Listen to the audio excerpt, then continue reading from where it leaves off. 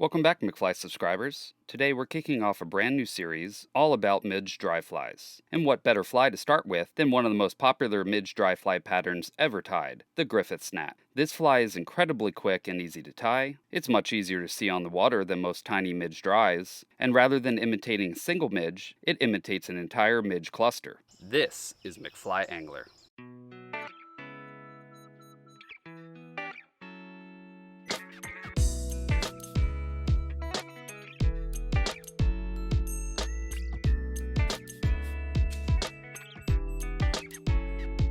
Starts now.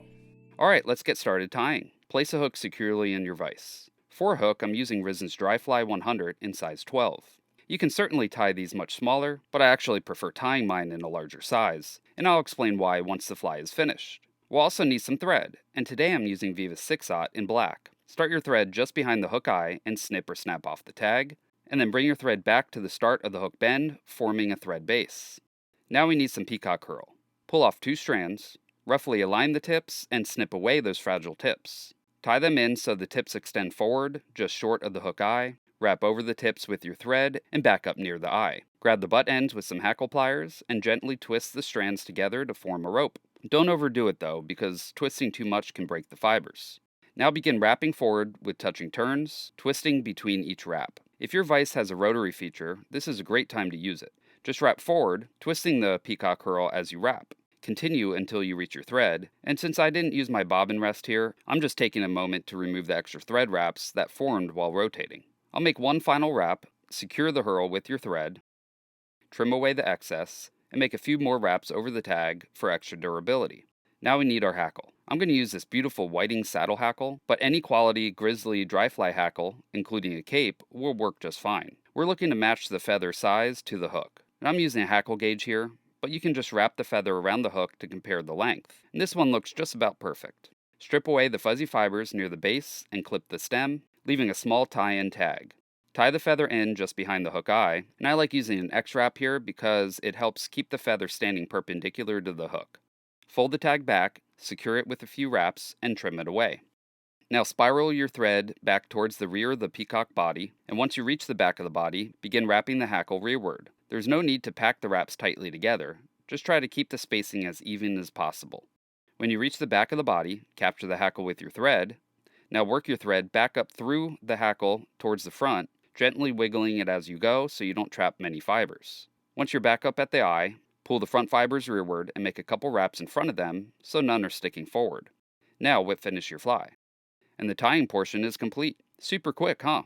Now for one final step, I like adding a tiny drop of this Solares ultra thin resin to the whip finish. This helps make the fly much more durable through multiple fish. After curing it with UV light, it hardens completely without any tackiness. And there we have it, the finished Griffith Gnat. Super quick to tie, incredibly effective, and one of the easiest midge dries to see on the water, even on longer casts. When I'm fishing a heavy midge hatch, I almost always carry several of these. I usually fish one as my lead fly, with a much smaller single midge tied behind it. That larger Griffith Gnat is much easier to track on the water, and if a trout eats the smaller fly behind it, you'll be able to see the Griffith Gnat disappear first, and that's your cue to set the hook. Now remember earlier when I said I prefer tying these a little bit larger? Well, that's because this fly isn't really imitating one individual midge. It's imitating an entire midge cluster gathered together on the surface. A larger cluster is simply easier for the trout to notice, and represents a better reward for them. So there's really no problem tying these in size 12, 10, or even larger if conditions call for it. Without a doubt, this is the most important midge dry fly in my box. So if you've never given the Griffith Gnat a try, I'd highly recommend tying up a handful. And all you need is some dry fly hooks, peacock herl, and grizzly hackle. So next time you're out on the water during a good midge hatch, give one a try. As I mentioned, this is the first fly in our brand new Midge Dry Fly Series. Today we tied a fly that imitates an entire midge cluster, and next week we'll head a different direction and tie the Brook Sprout, a much more delicate pattern that imitates a single adult midge. By the way, those fly boxes you saw, I do sell them. They're magnetic backed with open compartments, great for dry flies and small nymphs. The magnets are strong enough to hold smaller flies in place, so you don't lose them if you accidentally drop an open box in the water.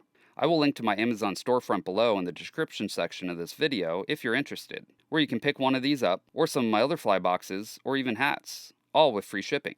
Also, check out my sponsor Risen Fly.